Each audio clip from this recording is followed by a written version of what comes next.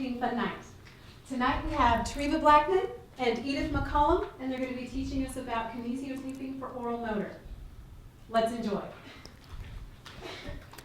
Okay, welcome to part one of the Tape It Up Kinesio Taping Techniques for Oral Motor Issues. Okay, Treva and I do not have any financial relationship with have a relevant financial or non-financial relationship in the products or services described, reviewed, evaluated, or compared in the presentation. We don't get any money from them. No, we tried, but they said no. Okay, so welcome to part one of Tape It Up, and we'll do this again.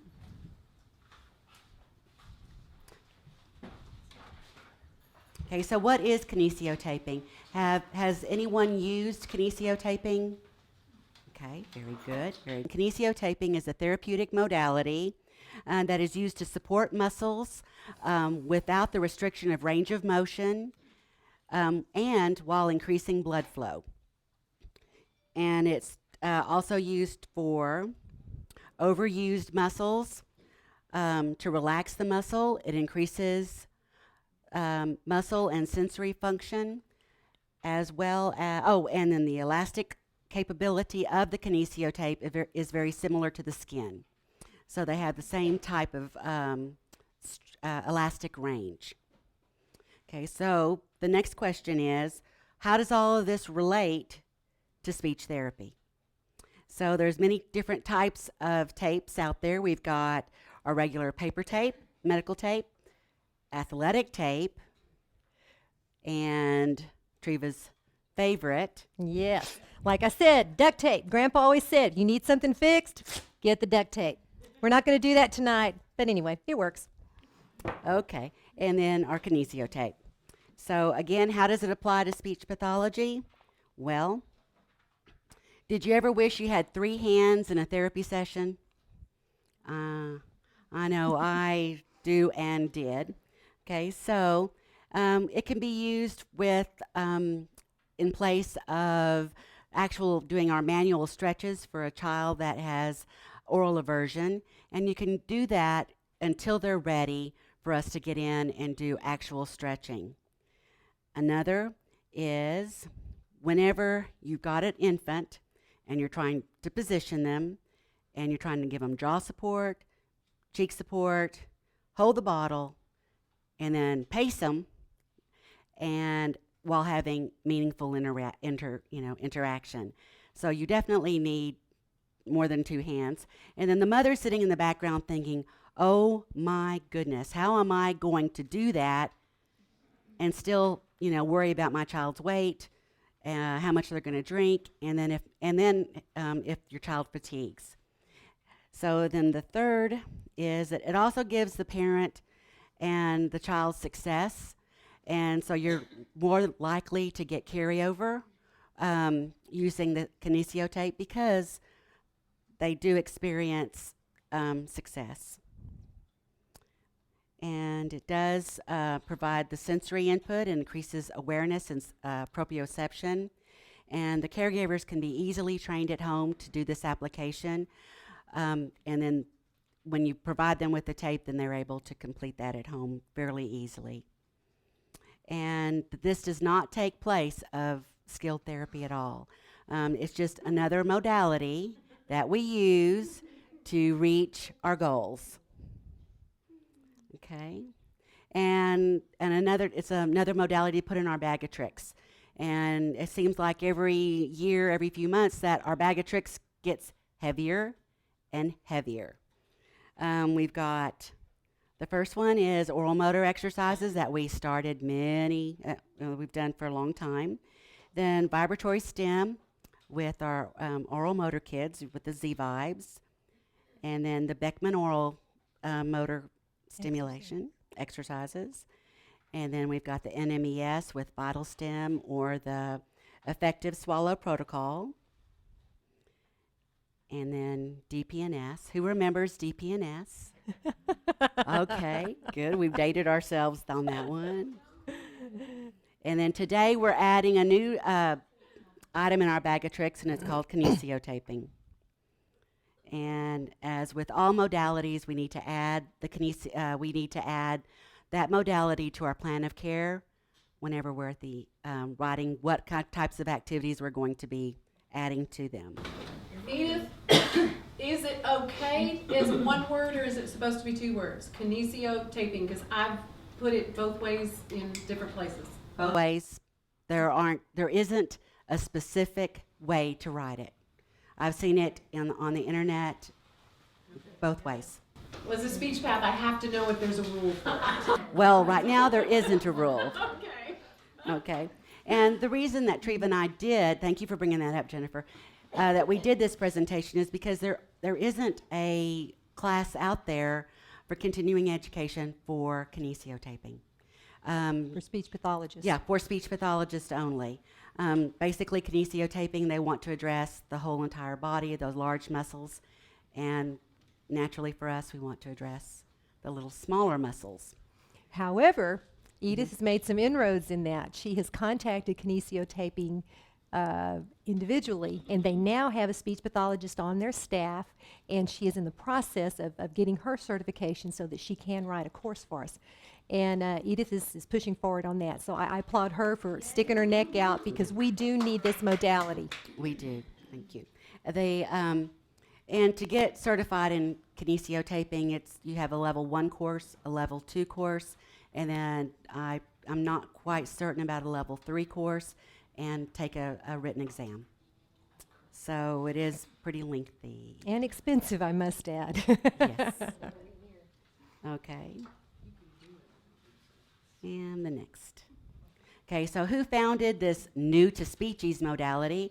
It was founded by Dr. Kenso Kasi, and he's a chiropractor from Japan.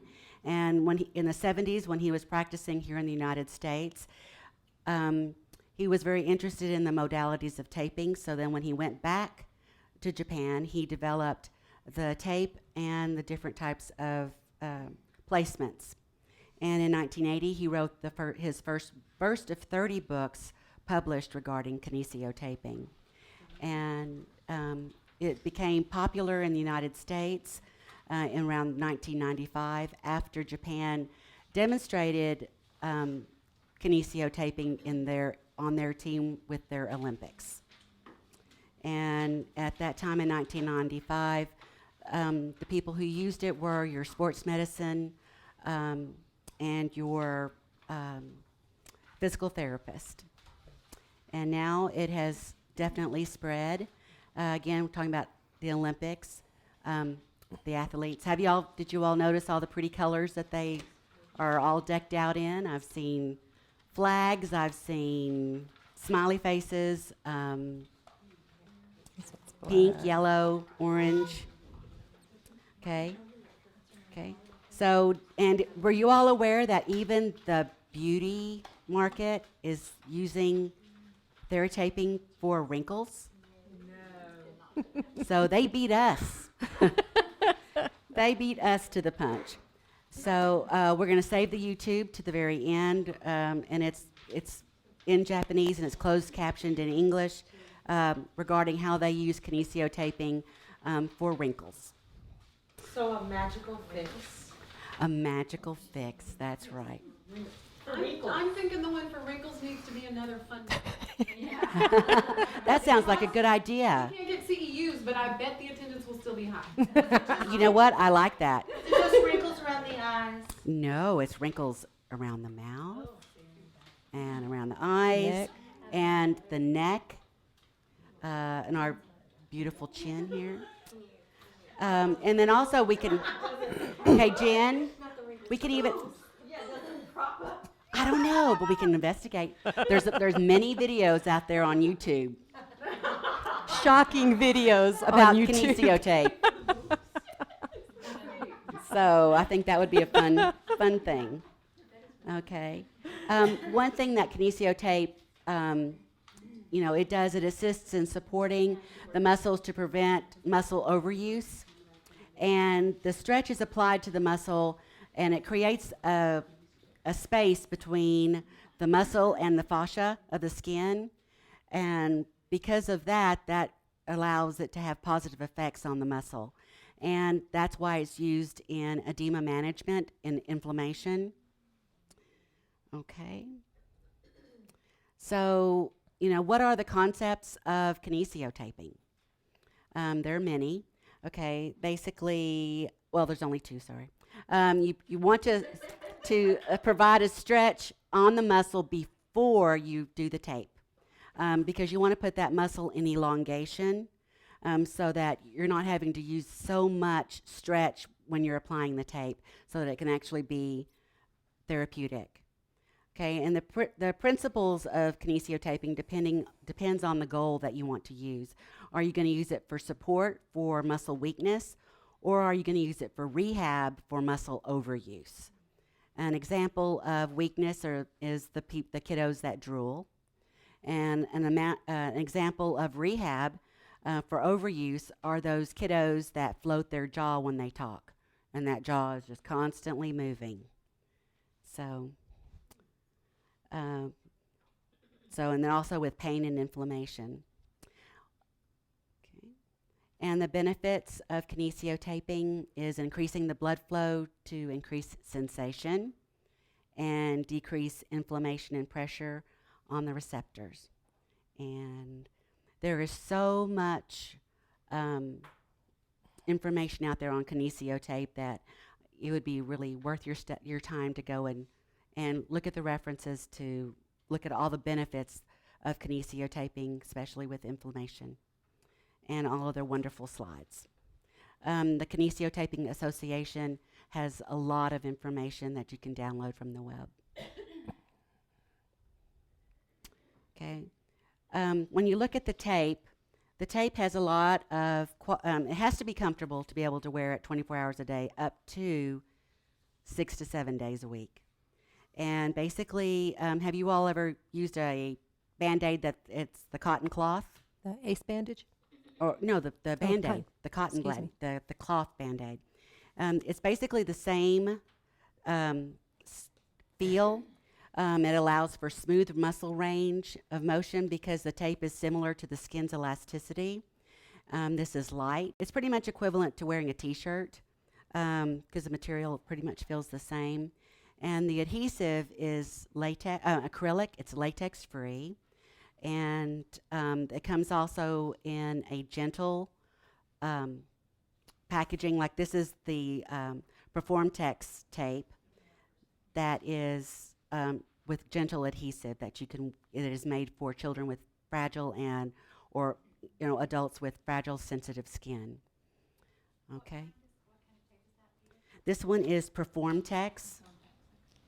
Can you repeat the questions?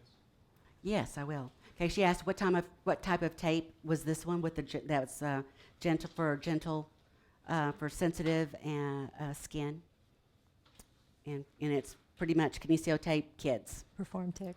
Performtex for kids.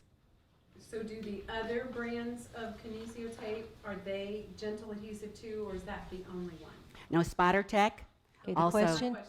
Okay, repeat. Okay, You repeat it so that, because you're mic'd and I'm not mic'd. correct. That's why. Okay, are the other brands of Kinesio Tape? Do they also provide a gentle and sensitive skin line? And Spider Tech does, as well as Performtex. And those are the only two that I found in the literature right now. While we're talking about brands of tape, what's very important is to know what type of tape you're using and what are their specifications, because every brand is not the same. Performtex, Performtex, and Spider Tech, and Kinesio Classic and Kinesio Gold, I know that they market with FDA approval, but the others, I have not seen it in the literature as FDA approval, such as rock tape, because of the different uses of the Kinesio tape. This particular brand and the Kinesio Classic, their stretch is up to 140%, so it will stretch itself and then another 40%. whereas the rock tape, their stretch goes up to 200. So that's a lot of pull. So it's very important to know. And then there's a lot of, I was looking at, when I researched for FDA approved tapes, there was a lot of tapes that were listed, but they said they were FDA approved, but they didn't come with a name, a brand name. So I'm unsure about those. Okay. And we're going to start with our demonstration of Kinesio tape. Everybody has a bag. Oh, we didn't pass out the bags. Okay, Melody, do you mind doing that? Yeah, it'll take two of you. Everyone has a bag, and in that bag we have pieces, small pieces of Kinesio tape, and we have a blue Post-it note. Okay, good. So if you'll get a small strip of Kinesio tape. Yours is going to be the long rectangular skinny strips. Mm-hmm. And you'll need to get 4 out. There yes. you go. Uh-huh. So if you've got your thin strips, you should have, I guess, 6 of those. 2 of those you'll use for an application on each other later, but you're going to need 4 of those strips right now so that we can discuss the stretchability of the tape. Now we're going to use black just because it's a little bit more visible for the cameras. Okay. So I see some puzzles on faces. Are you okay? Do you have the strips that you need? Everybody? These are easy to cut, right? Just Yes. regular scissors. Okay. You can cut them because they're so small. You can cut them with regular scissors.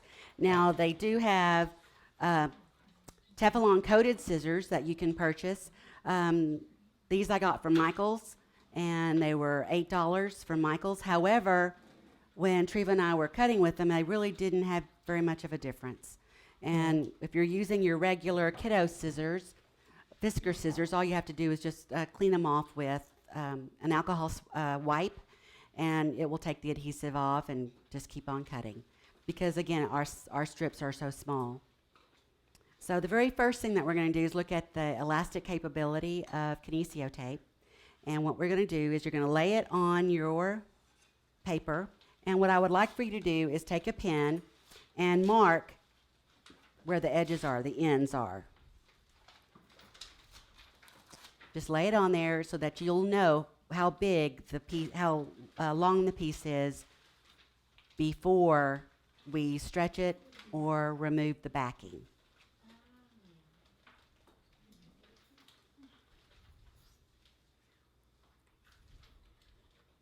Okay, and can I borrow somebody's pen? Forgot to bring one up, okay.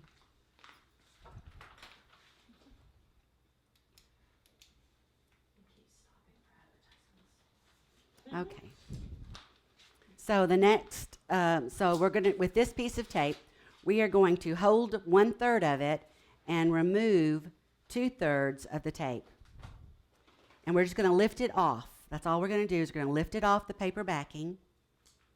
Just lift it.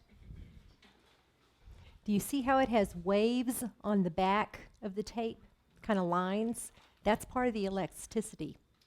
And it also it creates little channels for the skin to breathe underneath, as well as it channels out sweat and water if you take a shower.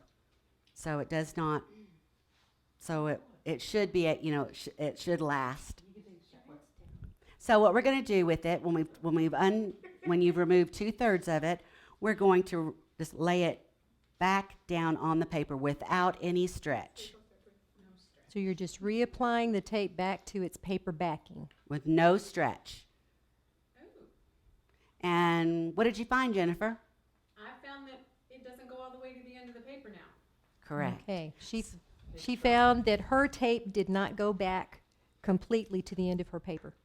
So basically that's telling you that the backing, when the Kinesio tape is applied to the backing, is already applied with a 10% stretch.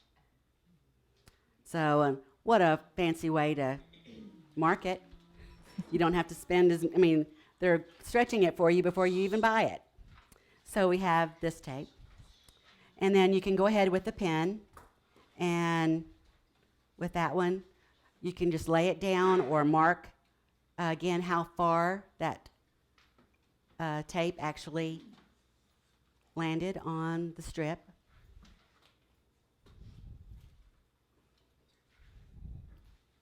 So we'll take this one Okay. down.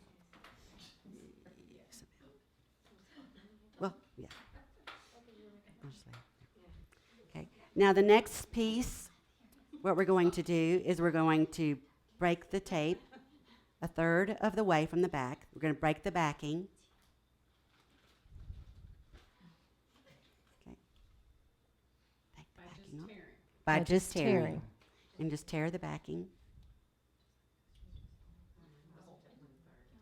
And then you're going to completely remove that piece that you just tore off, that 1/3, and you're going to apply it to the paper, and you're going to anchor it down. And you're rubbing it back and forth so you get a nice clear seal. Because remember, the hypoallergenic acrylic is heat activated, so that's why you're rubbing. You're going to anchor it down so you've got that good seal. Correct. Now what we're going to do is we just anchored down that 1/3. Now you're going to give it a 100% stretch. You're going to stretch it all the way across as far as you possibly can. You're going to stretch it, stretch, And press and down. lay it down. So you're stretching and pressing the tape at the same time. And you're going to see the difference. Whoops. You're going to see how far it went.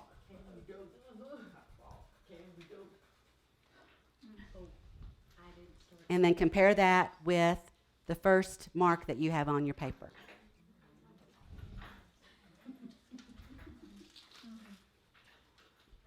Is it working? And are you all seeing the difference? Okay. So what did you find? Did it really stretch? Do you see a big difference in the beginning, the first tape versus the second one? Okay. Y'all are laughing back there. Look, her paper. It's curling up her paper. Okay. All right. Okay, The tape is performing. That's correct. That's what it does with the skin. Exactly. Mm-hmm. Good. Okay, now the next one, we're going to do the same thing. We're going to break it. They'll break, again, a third of the tape, the backing. We're going to apply it to the paper again. Now this application, we're just going to do, quote, paper off tension. And we're just going to take the tape, the Kinesio tape, and we're going to lay it down while we're pulling off the paper. And that one kind of went. And that is called paper off tension. And can you tell me, somebody, what does it look like? Oh, you're anchoring it on your paper, and then you're going to grab the tape, and you're going to follow your finger with the tape and pull it off. You're not going to really apply that much of a stretch. Are you pulling the backing off? You're Pulling the pulling the backing. paper backing off, yes. Mhm. But you're doing it at the same time that you're pressing down on the tape in little bitty increments. So it's like a dance. One hand moves as the second one follows. Okay, I'll show you again. So Paper off tension, yes. and that is that which gives it about a 20% stretch. So we're not stretching a lot. So as you can see, I'm applying it, and then I'm following it along, and I'm just pressing it down as I'm pulling the paper back. Okay. So I'm pulling the paper off.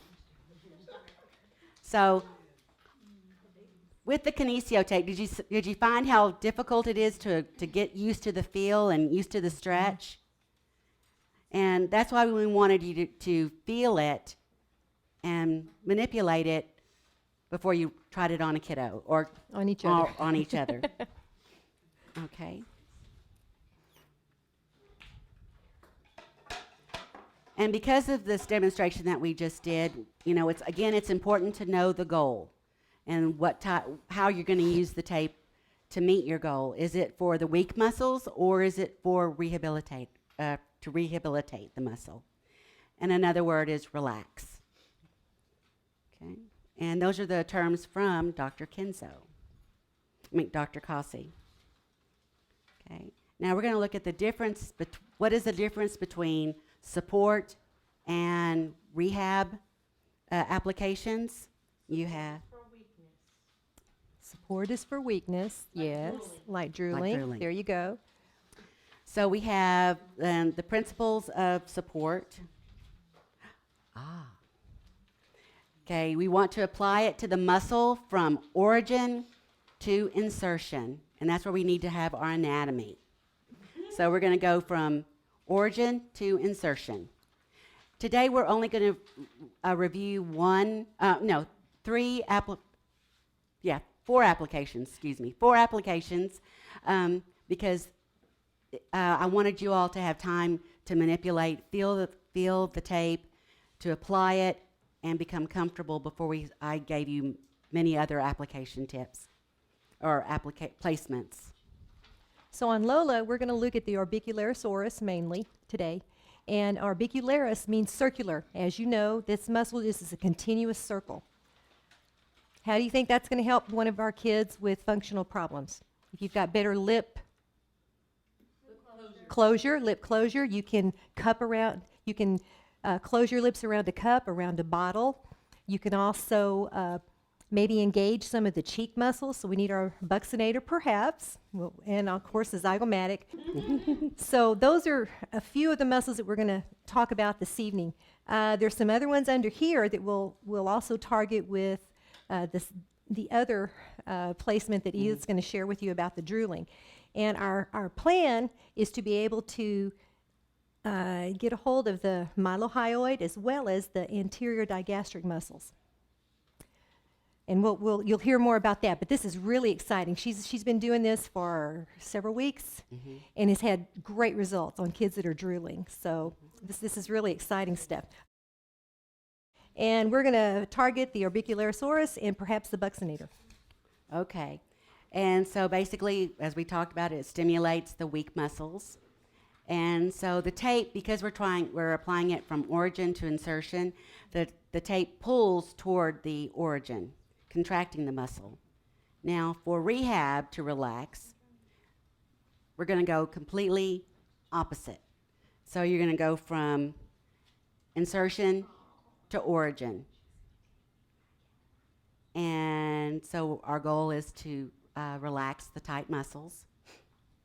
To relax tight, contracted, overused muscles, and to pull the tape toward the insertion, relaxing it, prompting shortening of the muscle.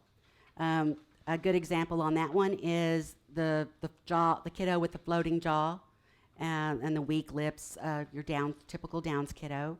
I have a 10-year-old right now that I'm working with, and I apply the masseter stretch, which is the Y cut, which we're not going to go over today. But with that one, I can work with her. Before I started doing kinesio taping with her, I would work with her with the oral motor exercises, with the jaw blocks, the jaw grading blocks, do all of the work with her, spend all this time in the muscle portion of the therapy session. But as soon as I transitioned over to the Arctic intelligibility portion, everything that she was competent in and made progress on in the oral motor part, she lost in the Arctic part because that jaw took over. So after I was doing the jaw placement banding for her, I tried several applications because I have some pictures of kiddos, and there was one particular on the web, and it had a very odd placement that I was unfamiliar with, and Treva was as well, and it appeared to be anchored like this, but when I applied it to that child, she said, "Oh, it felt good for just about 2 minutes," and then she said, "Oh, it hurts," and that placement actually pulled her jaw forward, making those muscles even more stretched and more she had a lot of discomfort and put a lot of impact on her temporal mandibular joint. So the next day, I tried a different placement, and actually from the origin to the insertion, along the mandible and along the maxillary arch. And she looked at me and she said, "Ah, this feels good." So that was very, that gave me the information I needed. And we've only been doing this for 2.5 weeks. And when I went to see her on Thursday, she wears the Kinesio tape as soon as she gets home from school, and then they take it off the next morning. And so the time that she's off at school, she doesn't have the Kinesio tape applied. But when I sat down to do therapy with her and I was watching her, where her tongue was moving, it was right where it needed to be, and her jaw never moved. However, 15 minutes into the session, the more she talked, the looser her jaw became, and she started floating her jaw again. But that's really, to me, very significant progress, just with that placement. So as she's fatiguing, as she's using those muscles, Mm-hmm. then she's losing the stability because the muscles are fatiguing. Right. So as she's fatiguing, she's losing the control as it's fatiguing. Correct. What muscle were you doing? And I'm sorry, I got lost a little bit. So it was well, we don't have to do the Y thing, but you were targeting the masseter. The basically. masseter. Mm-hmm. And you were doing origin to insertion on the masseter to contract it a bit to give more stability to the jaw. Correct. So I was using it for the masseter to provide more stability and to contract the muscle, because that is the muscle that is lengthened. And it was amazing to see, number one, to see the difference, number two, to hear the difference, because her vowel productions increased and became clear, where when her jaw is floating, she's retracting her tongue and closing that mouth, and the vowels are lost, and they're very unclear. And I'm sorry, Edith, I have one more question. Sure. Bear with me. Uh-huh. You're using the term, the muscle is lengthened. In my mind, so just help me with the terminology, help me get it right. To me, when a muscle is contracting, it's shortened. Correct. So when you were saying the muscle was lengthened, it was without the tape and when she fatigues. Correct. So when a Sorry, muscle guys, is I need to- unused, like for example, what she said was, she's unclear about the term when I had said that her muscles were lengthened, was because she has an open mouth breathing posture all the time, and she eats with her mouth open, and she actually does drool. She's 10 years old. When she's not really thinking, she drools. So because that mouth is open and that jaw is thrust forward, you will have lengthening of those muscles. And then when the muscles are placed with the tape, as the tape is the exterior, quote, muscle, then the muscles are given support and they can relax and they can Function shorten. as they were designed to. Yeah, function exactly. Correct. Okay, and It's being fun. We're Okay. allowed to interrupt. So Go is there ahead. increased tone in these areas too because of that? Yes. So that it's stronger. What'd she say? mm-hmm. Yeah, do we have increased tone in those areas because the muscles are stronger? Yes, we do have increased tone. Does this make permanent changes in tone? Good question. Does this make permanent changes in tone? Good question. The ones that I have read, the long studies state that with drooling, it has to be redone. You have to go back and cycle it again about every 3 months. And this is and one of them was a parent report. And because she got a lot of response to her blog, and the parents were wanting to know how long did that last, and she said about 3 months, and then they have to go back and do it again. Okay. So, and that's with our special kiddos. So, The next part we're going to talk about is the okay. So far we've gone over what is kinesio taping.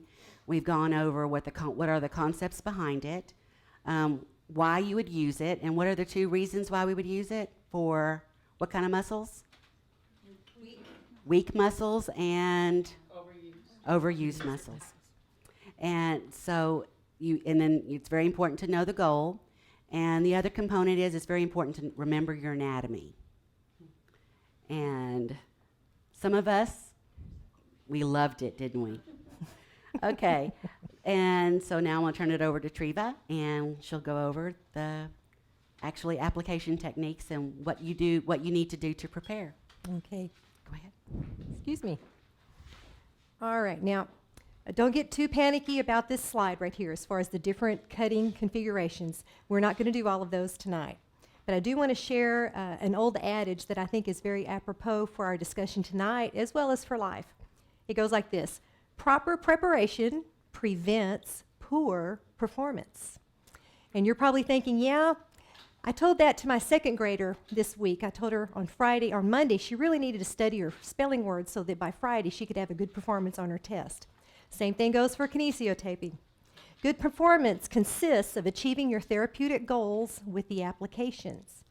And the second part of good performance with kinesio taping is maximizing the number of hours or days that the kinesio tape actually stays on.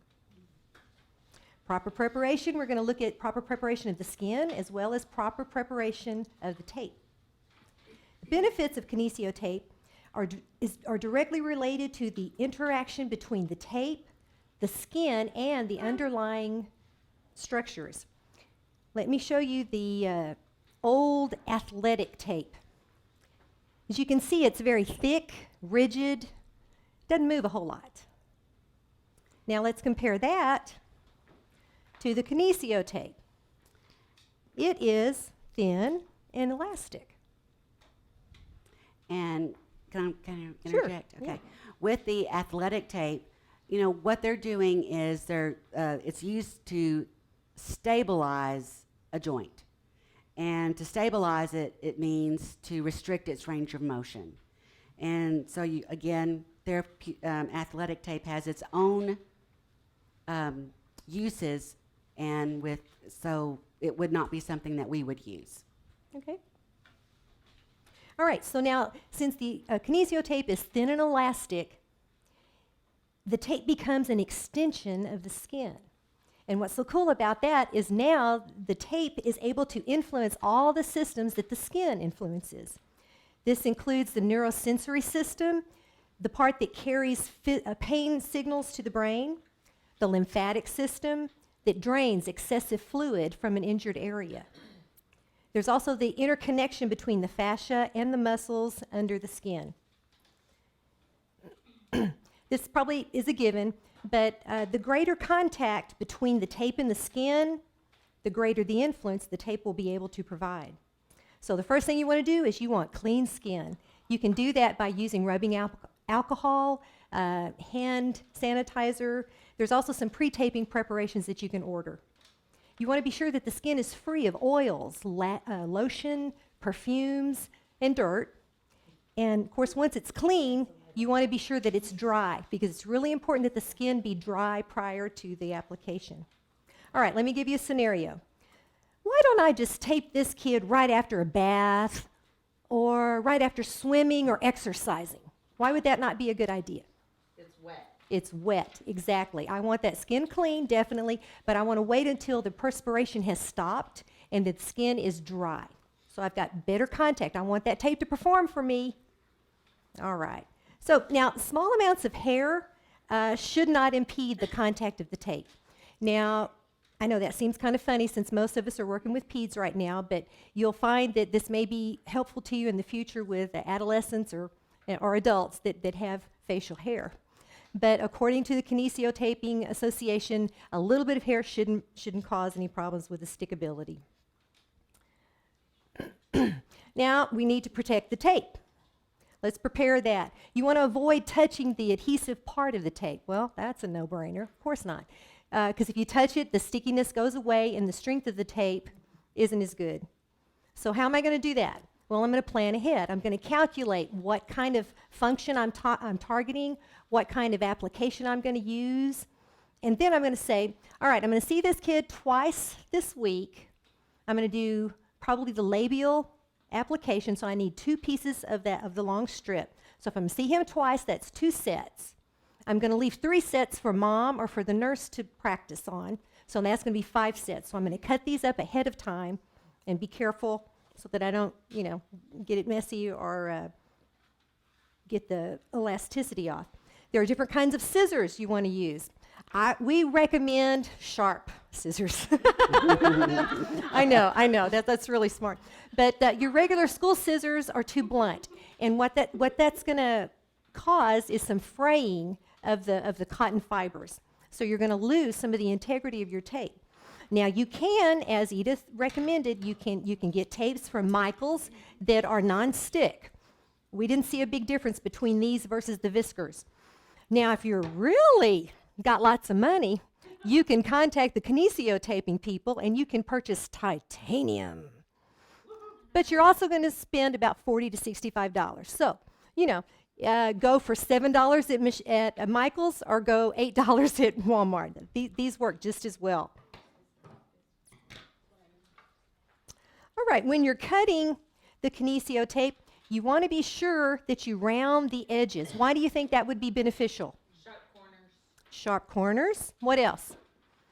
When you're peeling this paper off, you don't want to fray any of the edges. So that's why the round corners tend to be more beneficial.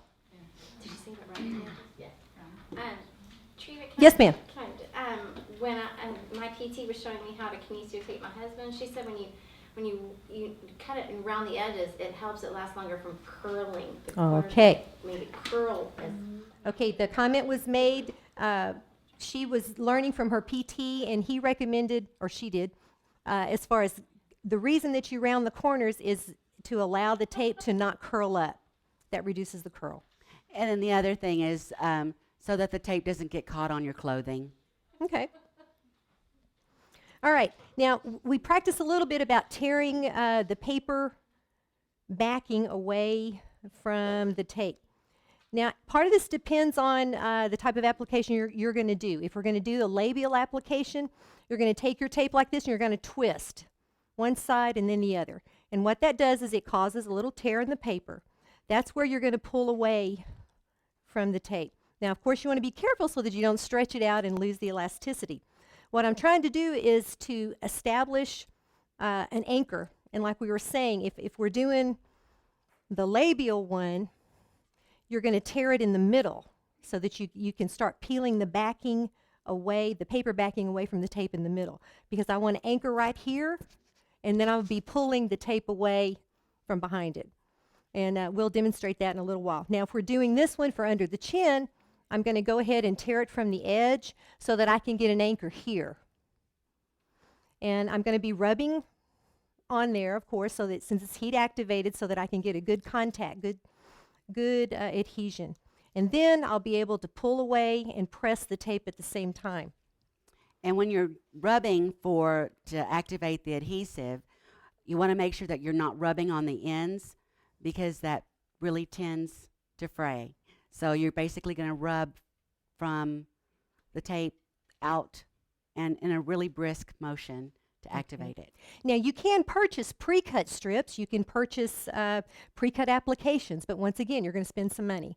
And if you're like me, I want the biggest bang for my buck, so I'm going to learn how to cut it and apply it the best way. Now there are so many different tapes. In the past, all we had was the Kinesio tape, and of course we thought that was absolutely fabulous then.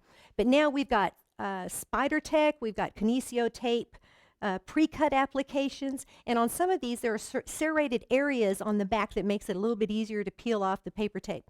At least that's what the literature says. When we looked at them, we didn't see any serrated edges, so whatever. So, all right, now what do you do if the tape gets wet? You don't want it wet. It's really best if you blot dry it. You really don't want to get it wet, but if it happens, it does. You might want to share with your mom or caregiver that we don't need the hair dryer. Why do you think that would be of non-benefit. You want to blow the blow dryer in their face. That would work really well. Okay, yeah. Well, I'm thinking also of the acrylic. The hypoallergenic acrylic is heat activated. So if I'm going to give it more heat, it's really going to be applied. It's not coming off anytime soon. So encourage your families. Let's not use the heater, okay? No hair dryer for you. All right, we need to talk about some precautions or contraindications. Now, as the clinician, you want to inspect the integrity of the client's skin. If you're doing it under here or if you plan to apply it on the lip, you're going to look for any kind of damaged areas. Do you see scrapes? Do you see cuts? Do you see burns, rashes, anything like that? Any kind of irritation? If you do, we're not taping. If you suspect that the child has sensitive skin, you may want to do a test strip about 24 hours and look at the integrity of the skin afterwards. Now, Kinesio tape was designed to stick to the skin, as we've been talking about. It can overlap. That may not be the best in some part of the literature, but I question that. I want to pick your brain a little bit later. We've got some pictures and some experience that says that overlapping may actually be another way of using this great modality. Now, the Kinesio tape is made of cotton fibers, like Edith was saying. It also has this hypoallergenic acrylic adhesive. There's no latex, there's no medication in this. So what if you do look at the skin and you do see a little rash starting to pop up? What can you do about that? Not a problem. Call Benadryl. You can put a little Benadryl on it. You can put milk of magnesia. You can put Malox, anything like that to kind of rub it in, and that should relieve the irritation.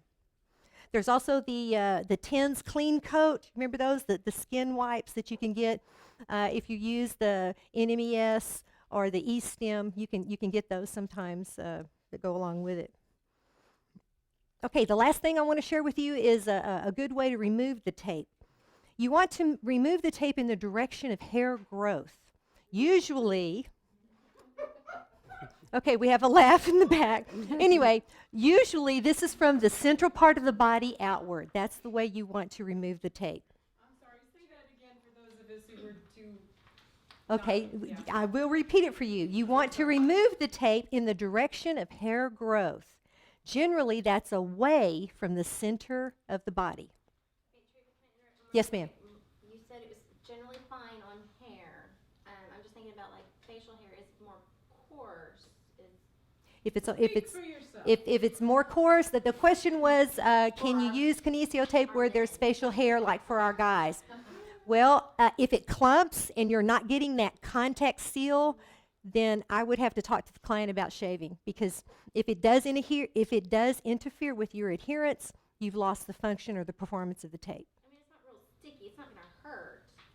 No, it shouldn't hurt, but depends on, you know. Again, if they have facial hair and it interferes with the tape's relationship to the skin, then it's not going to be as effective.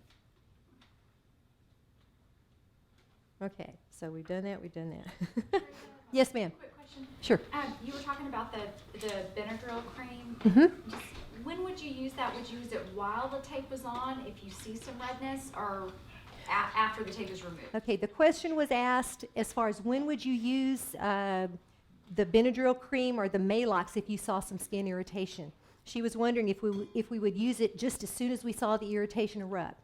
I wouldn't do that. I would wait until you've removed it. What is your... Yeah, wait till you removed it. And sometimes you won't even see the redness until about 30 minutes after. All right, so to minimize the discomfort as you're removing the tape, you want to press the skin down as you're removing the tape. So you can press the skin, you're going to remove it and press at the same time. So I'm pushing the skin down, and then I'm pulling the tape at the same time. And you're going to need to move your fingers, kind of walk it on the skin so that you can pull the tape at the same time and pull it off. Now, I'm not one of those that's just going to rip it off. The kid will run away and never look at me again. So, Hey, can I ask a question? yes, ma'am. Do you see redness anytime because of increased circulation after you take the tape off? Do you ever see just the area? Okay, the question was asked, do you see increased redness just because of increased circulation? Sometimes. You can, yeah, you can. And it Just like the NMES, if it goes away, then that's okay. Yeah, okay, But if it stays, then okay. that's an issue. All right, so I think we've covered, oh, now, if you do have, let's say that you're peeling this off and you're being very careful and you're pushing the skin and so forth. If you find a stubborn area that is not coming loose, you can get some baby oil or you can get some olive oil and just kind of rub it around on a cotton swab, and that should release the anchor. So that's what you do. Okay, very Next. good. Now, when we talk about our droolers, and we know that keeping the tape on longer for the, more than, for a day, we know that that's not going to happen with applications around the mouth because of the droolers. And we have the acid from our saliva actually breaks the tape away from the skin. So it just... So probably with the labial placement, you're going to want to do that maybe 30 minutes, maybe an hour. Yes. I like to do it during a feeding session. I apply it first, and then we do the bottle or we do the food, the spoon delivery or whatever. And if they can tolerate it, if I know the OT's coming next, I can get a little bit longer. So I'm building some motor memory. They're understanding, okay, this is what it feels like when my lips pucker. This is what it feels like when my lips close. Awesome. So now I've got a new highway in my brain that tells my muscles what to do. Pretty cool stuff. And then also for the around the mouth applications, the TENS coat preps or, the skin prep, those really make a difference. But again, you have to remember to let it dry, at least 20 seconds. Okay? Are you going to demonstrate or are you going to go next? Oh, okay. Well, we have the different types of configurations for the cutting. So everyone has a large strip of Kinesio tape in their bag. That is... Question? Yes. Because I'm thinking of a specific kid. Uh-huh. Can She's the thinking of a specific kiddo. Can the Kinesio tape tolerate food all on it? Will it stay on? I mean, because I have a kid that really cannot do any lip closure, nothing. And anything is so messy. And you said the skin has to be dry. His skin is never dry. That's when you're going to want to dry it off real quick, put the skin prep on, fan it to, dry it really quick, put it on, then do your therapy. Now, if the food gets on it or the drool, you still want to try to dab that. You want to cut out as much moisture as you can. So, but like she was saying, the application on dry skin is your best mode. You've got to really start there. But with the food, it will eventually come off, and it will probably come off before the feeding is finished. But then you just reapply. Okay. So Kinesio tape comes in just long strips. So there are several different types of cuts. The first one is an X cut, and you can see we have a drawing here. You would take the regular eye piece. This is called an eye because it's just one little piece. And you're going to cut halfway, well, almost halfway, 2/3. No, a third in, and then a third in on the bottom. And then then you separate the tails, and then that leaves you with an X configuration. And then for the Y configuration, you would cut down 2/3, leave a third, separate it, and then you have the Y. And so there's your tail, and there's the part that fans out. Now, we're not necessarily going to talk about these tonight, sorry, but they work really great miracles too. And we're going to stay tonight with just the eye cut, just this regular strip. Okay, and you want to press return? I got to find it first. Where's your... Return. I'm looking, there it is. Okay, so one more time. And about Kinesio tape, one question that I had was, is there any significance to the colors, the color scheme? And what, you want to press return one more time? And what it is beige is usually used for edema, and that's usually for the people who need it for lymph drainage. And the other colors are basically, in the sports industry, just preference. And they're, again, they all have the same properties. Okay. One thing that I do when I cut tape, especially when I leave it for parents, is you're going to find that, okay, I don't think we gave them a cross cut, but when you cut the tape completely across, and you remove the backing, it doesn't have any stretch. Well, I didn't tear that one. See, it didn't stretch to allow me to break the back of the tape. So it's sticky all right, but it doesn't stretch at all. Can you hear the sound? Okay. Do not go across. Exactly. So you're not cutting this way, you're cutting lengthwise. The lengthwise. So what I do in the back of the strips when I leave them for the parents, or if I leave a whole piece of tape, for example, like this one, I would draw an arrow on the back so that they understand the way it's going to stretch. Because you might end up, or they may end up, with a small piece like this. How do you know which way it's going to stretch? So that's why I like to write on the back the way to cut it, what the bias is. If you're a sewer, then a seamstress, you know exactly what I'm talking about. So, okay, next one. Oh, to measure a tape, for example, how you would measure it is, for example, for the lips. Okay, so you would want them to open the mouth as wide as possible to elongate the muscle. And why would you want them to elongate that? So that you will not have to stretch it as much, because the muscle, when you're applying it, is already in the elongated position. So you're going to measure how much tape you're going to need, and then you're going to subtract the 20% for the stretch, which is the paper off tension. So we'll go over that again. Measure from origin to insertion how much you're going to need, then minus the 20% to accommodate for the stretch that you're going to use for the application. So we'll go to the next. Okay. Another one? So we have the first placement, and the first placement is to the upper lips. And that one is to increase labial protrusion, rounding, and closure. And it is applied to the orbicularis oris. And Treva, I needed to prepare your skin. And do we have an alcohol wipe up here? You can use that one, it's all right. Okay, so I am going to wipe around her mouth.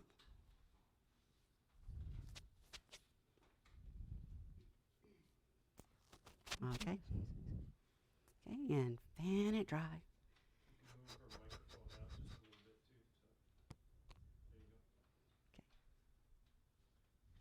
Fan. Still wet. I'm verklempt.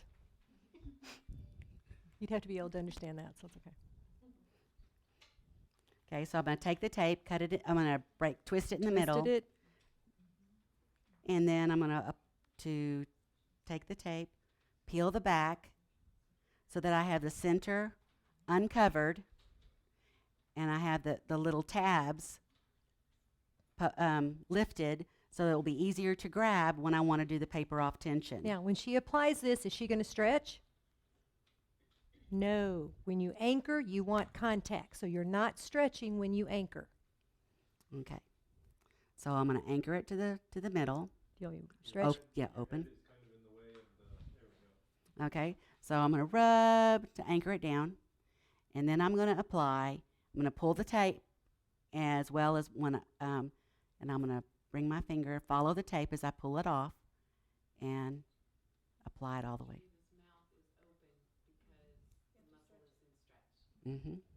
Okay, and if you'll turn. Treva's mouth is open because the muscle is in a stretch. Okay, and then I'll turn this way. So Edith, Yes. I'm sorry, you can go. Go ahead. Thank you. What do you do about a child that's too young to follow directions or has difficulty opening? How do you do? The best You you just can. manually, You manually open it, just open or your you jaw just, and then. or if if you can't find them in a mouth open position, then you just apply a little bit more stretch to it. Okay, thank you. Okay, so here we go. We're going to follow it down. Okay, And then rub it in. Tree, would you like to rub that in? Mm-hmm. Why am I rubbing? Heat, activation, yes. I'm going to get good contact, good adherence. Okay, now I have a bonded upper lip. Mm-hmm. Okay, and close your mouth. And we should have taken a before and after, but as you can see that mouth is really anchored down. Okay, now we're going to go to the second application. And you will be playing with this in a few moments. So, the second one, again, we have specific directions that was in your handout. And that is, tear the backing off, anchor it in the center, and apply paper off tension. And the next one, again, is for labial protrusion, rounding, and closure. And, again, I'm going to break it in the center. Oh, let me say, I'm the one who mislabeled. This says placement 2 on the PowerPoint and handout, but in your handout in the back, it's placement 1B. Correct. So, my bad. So you might tell them that. Okay, in the PowerPoint, we have it as placement 2, but actually in our handout, in the PowerPoint presentation, it's 1B. It's on the one of the things in the back, but hold that up. On that handout, it's placement 1B. Do you Okay, wanna put and that is on the full camera? page. That is the full page. Well, she's not her camera, their camera. Okay, would you like to take? to have- Yes. Thank you. This is the form that we're talking about. So you've got placement 1, 1A, 1B, 1C, and 2. Okay, now we're going to, I've already prepared the skin. It's nice and clean. It is now dry. She's getting ready to apply the placement to the bottom lip. so we're going to anchor on the center. Rub it in, rub it in. Oh, you don't have this one anchored. And then now we're going to do paper off tension. Follow that lower lip. Up, up, up, up, up, up, up, up, up, up, up, up, up, up, up, up, and we crisscross. And we're crisscrossing because we're trying to maybe recruit the buccinator? Got it. Okay, repeat what I said. Go ahead, Treva. Yes. The reason that we are overlapping right here, we're not just targeting the orbicularis. We're trying to recruit the buccinator. And because we have, their target is, I can finish. It's driving you crazy.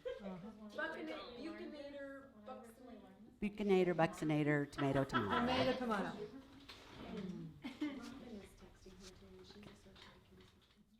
Okay, and there we go. And close, see what happens. Aha. I really have a wrinkled mouth. Oh, man. I look like a fish.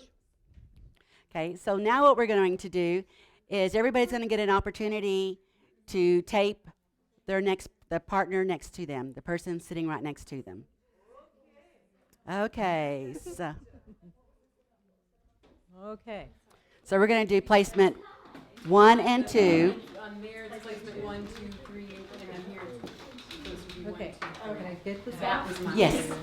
So you Okay. got round the corner. I see your point. Okay. 1B, 1C. Which one do we use, this really long one? You all have the small pieces, but we did not round the edges. 1,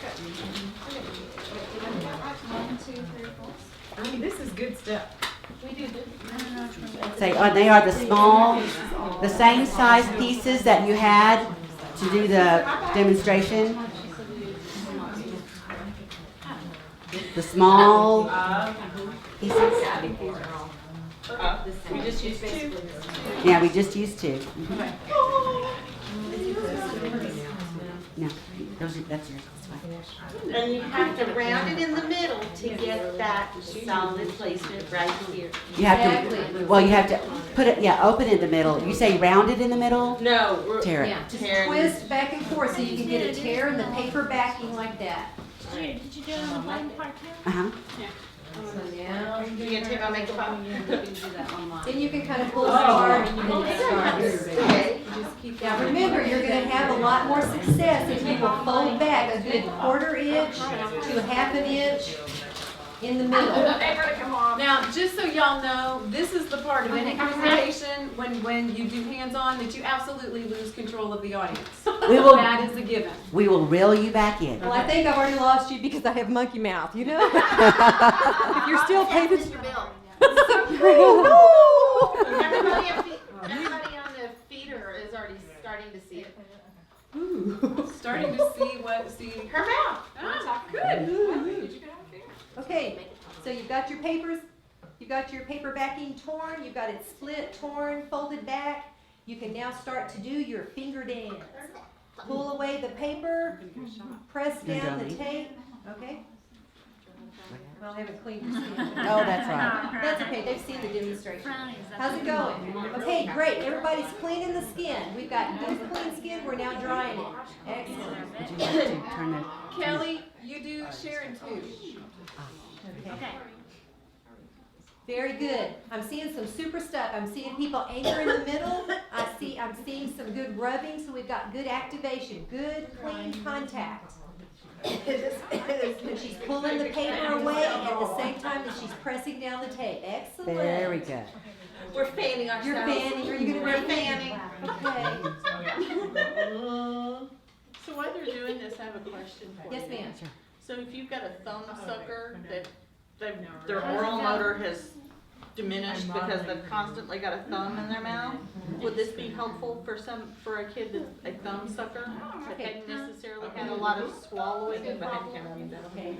The question was asked, would this type of application help a thumb sucker because their muscle pattern is going to be weak and floppy, and most likely they don't have a swallowing problem. I beg to differ with you, because they probably do have a tongue thrust because they're not using their muscles properly. Now, I'm going to let the queen, though, of oral myology speak to it. Oh, no, not the queen. Okay, with that thumb sucker, no, it will help with the strength of the lip, but you have to know what is your purpose. Is your purpose to eliminate thumb sucking, or is it just to work on the lip? Okay, so if it was to work on that constantly drooping lip. Then it would be appropriate. Okay. So her comment was, if your goal was to work on the constantly drooping lip, this application would be beneficial. How does it feel out there when you have this tape on and you've got your muscles stretched out? You're right. Okay. See, I'll show you the picture.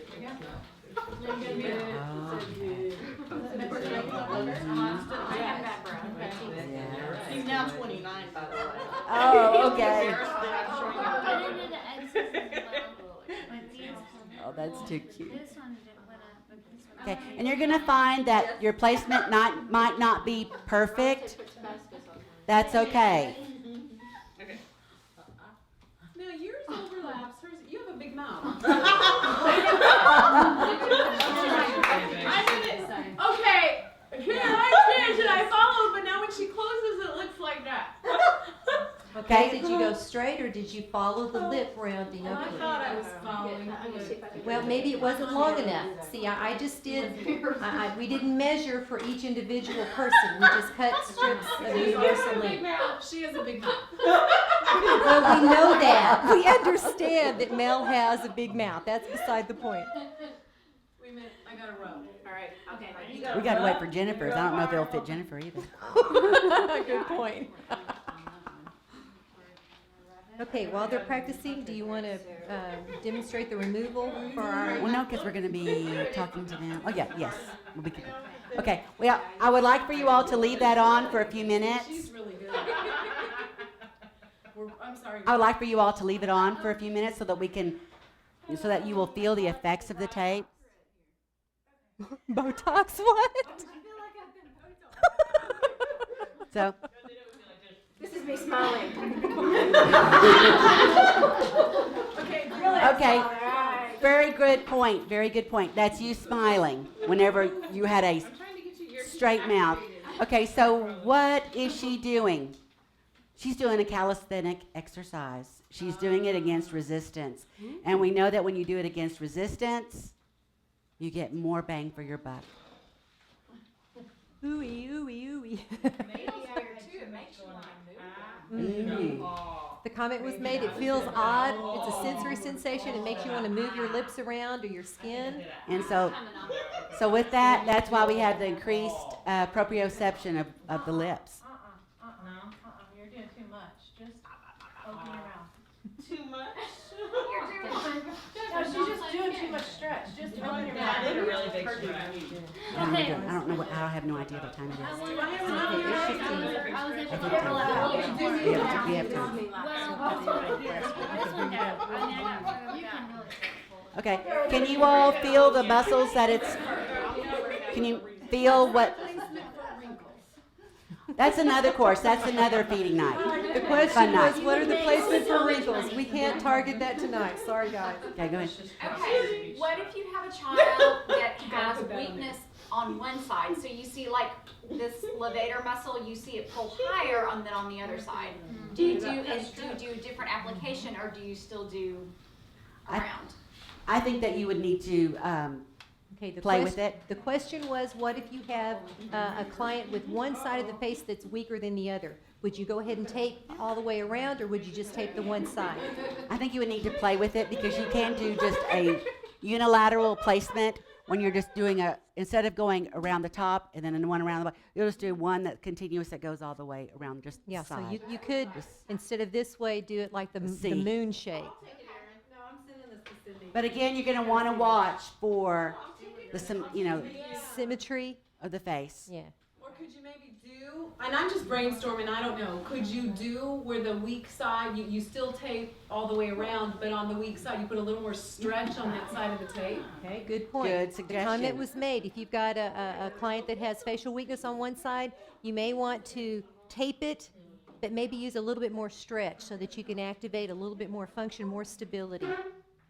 And what you're going to see is that whenever you do the crossover on the tape, the part where the tape is on top of itself, the adhesive was not made to adhere to itself. So it is open on this area on the tape where it crisscrosses. And then it adheres to the skin again after the tape. But it does not, the Kinesio tape does not adhere to Kinesio tape. Okay? So the next, okay, I'm just going to demonstrate taking it off. Okay? Regroup. Recalculating. That's your GPS. No, she has a different voice. She Oh, has sorry. an irritating voice. Yes, recalculating. Okay, so now we're going to take it off, and you're just going to use one hand beside the other, just going to gently pull it off. Gently pull it off.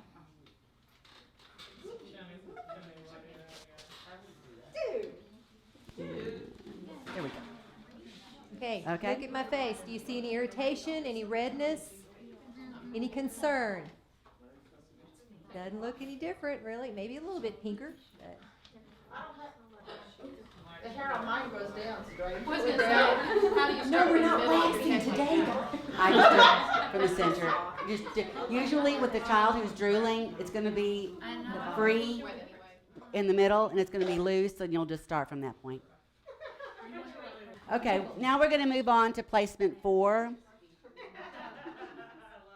Okay. Well, what did you guys think? Did you guys think that it activated the buccinator? did you feel you did? Okay. In some area, did you feel a little bit of negative pressure in your cheeks coming together when you were making that pucker? Yeah. See, I think it does, and especially with our kids that have problems with lip closure. When you're trying, like she was saying, you're trying to give them chin support, you're trying to give them cheek support. If the taping is there, that's one finger that you don't have to do, you don't have to use. And so if they can feel it, and once again, you're building motor memory. So they're learning how to keep those lips Taping their mouth shut. rounded and closed, or at least around the bottle or around a cup. Correct. So once you have, let's see, do we have someone that wants to come up and demonstrate their facial or their labial placement? Yes. Jennifer, I think you should. Well, while I'm coming up there, I didn't quite do it right. no, I want to say that what we did on purpose is one side is not overlapping and the other is, and I can feel a difference. Okay. What So Jennifer just said like is describe. on purpose, when Melody applied the labial placement, she had it not interlock or overlap on one side, but yet over here it did interlap. It did Overlap. Overlap. So she says that she's feeling. It feels, I do feel it recruiting more, feel it stronger. Okay, so she's feeling more sensation, that there's more recruitment, there's more negative pressure. So we're guesstimating that the buccinator is kicking in. So if you're using a cup and you're trying to get some good lip closure, this would be an excellent application, and teach them to kiss the cup. This is something that Edith came up with. It is fabulous. And I can tell a kid one time, and they know how to kiss. They kiss mommy goodnight every night. So you can use the Wow Cup, which is a neat one. You want to describe that a little bit? I had a parent ask me if I had used the Wow Cup before, and I had told her no, I hadn't. So I looked online, and while I was there with the kiddo, I ordered a set. I think they were $15 for a set of 2, and it is truly spill-proof. I mean, you can try it up and down, and it is truly spill-proof. And it comes with, so whenever they are applying upper lip pressure to this rubber rim here, it opens the seal on the bottom directly below their upper lip. So, Can you show that to the camera? yeah, this has a rubber lining, and whenever they put their lip against the rubber lining here, it opens a vent directly below where their upper lip is. So they're activating the flow with their lip closure. There's another interesting cup that we wanted to share with you. This Wait, one's, one second. oh, beg your I'm pardon. sorry, just one second. And I need to demonstrate how that one's taken apart. Yeah, would you, show them, take it apart so they can see too. Okay. And it's called the Wow Cup. And actually, this is a very interesting. So you have your center, and then you have, so that it's very flexible silicone. And so whenever you're applying the pressure here, it opens it directly below. And it truly is spill-proof. And do I need to show that again? Doing lip rather than a spout. Yes. True. So you've got a couple of things we have going the on that silicone. are helpful. Not only do you have lip Yeah. closure, but you're also having the muscles do what they were And this designed to section do. has the You're little not, holes the here tongue and the cannot go holes around forward. the The lip has to activate the flow of the liquid. That is great. It's not spouted. It's not spouted. That's but correct. truly spill-proof. And it also, I just noticed it does have a cut in the center, a cut directly in the center. And why I would for the air, yeah, for the air. This is Online, the Wow Cup. the Wow Cup with wow.com, wowcup.com. Wow Cup or Wow? Say it again. Wow, WOW, cup.com. All right, this is another cup that we wanted to present to you. This is the Reflow Smart Cup. This is made in Illinois, I believe. www.reflo.net. And this looks like, I don't know if you remember, but we had those little Texan cups when I was a kid. It was just a plastic cup. Cafeteria cup. Cafeteria cup. On the inside, this is smooth, even though it's scalloped on the outside. And this is the lid. It does a similar thing in that when it closes, only a little bit of liquid will be emitted. So you've got this fantastic open cup mechanism so that when you go to swallow, once again, the tongue is not promoted. Anything else you want to say about that? It's on Groupon special right now, 2 cups for $10. $10. I And think. normally they're what, $7 a piece? Or maybe a little more, I cannot remember. But I it think is, I got 4 for like 28 Yeah. or 26, but then of course there was the shipping and handling. So you've got the Wow Cup, you've got the Reflow Cup, and then we have one another more. one. This is a Sassy Cup that I found at Babies R Us. You can remove the handle, kind of works the same way. But see, I guess on the sides, that's where the air comes through, because I don't see a hole in there. But as you close and twist, that's how you get the closure. But the liquid will be emitted, I'm not sure if it comes from this side or this side. I think it's from the red side, if I remember. What So- kind of flow? Would that be considered slow flow? Do you know? Slow Well, flow, yes. It's pretty slow flow, at least when I've used it. So Suck. just suck and tip it back. Yeah, you do have to do a little bit of sucking. You know I'm wanting to go put some liquid in this and test it out. You go get it, girl. I don't have any wine. That would be more exciting. Actually, there's some around the corner in the bumper station. Yeah. But, you know, Okay. for the Baptists in the group, we didn't say anything. Okay, but don't be it's right offended. around Whatever. there. But can I Absolutely. go? Go try them. Because I don't know why I'm up here anyway, so I'm just gonna try these. It's because of your natural beauty, of course. That, Woo! yes. Whoa. And my dexterity. We even. Okay, we even now, juggle up here. that's right. So now what we're going to do is we're going to take if you still have your alcohol swab, we want to rub at the submandibular triangle. Oh, wait. We're going to do placement 4. Placement 4. Placement 4, which is actually placement 2 on the handout.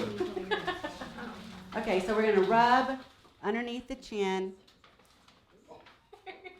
at the chin, and then go across to be this little big pretty triangle here. From the chin, both sides. Rub. And this placement was in the research study by Esther de Roux, and she's from Europe. And her research was to see if this would assist with drooling. And she had the parents place it on during the day, and then they took it off at night so that they could have a rest time at night. And in her study, she found that it did make a difference. Okay, is it dry yet? I know. Speak amongst yourselves. And then the placements 1, 2, and 3, which is 1A, B, and C that we just did. Trish Martin, the physical therapist from the Kinesio Taping Association, she also completed a study, and the reference for that is in your references. Okay, so we're going to go back to the middle. We're going to break it apart in the middle. You should have a smaller- rectangular piece. It should have the edges rounded.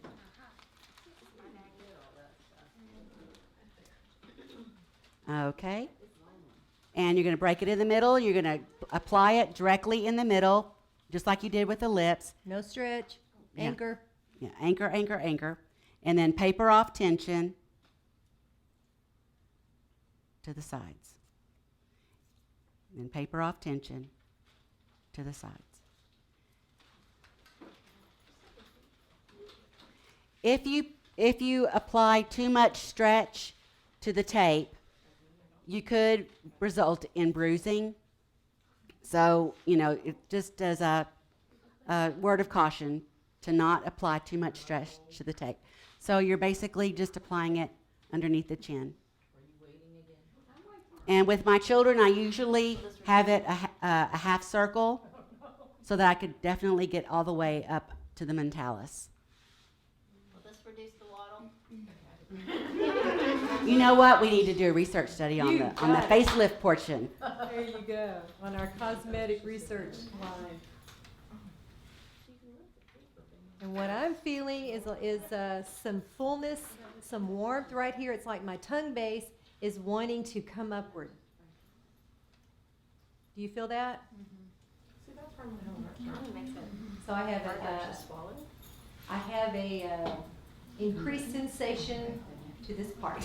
Yeah, basically, you feel like your tongue has a saddle on it. Yeah, it's like I have a sling holding my tongue muscles. You are. I am really not. You gotta do it when you're. There. There we go. What is this?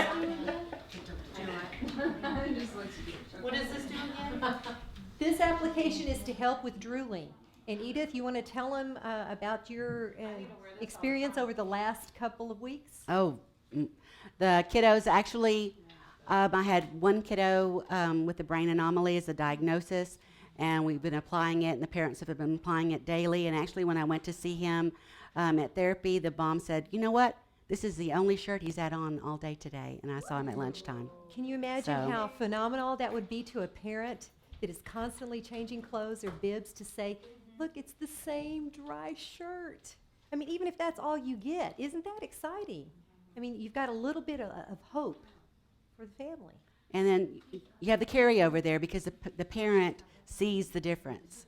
Go ahead. Yes, ma'am. Have you noticed, like, I have a baby, she's actually not a baby, she's 2 now, but she has a lot of drooling, and she has really poor swallowing of residuals. Have you noticed any difference as far as swallowing? Well, As because far as residuals, I mean, I'm kind of thinking Yes. that might carry through. now, have I noticed a difference with the kids that do not swallow their oral secretions and they have a lot of residual?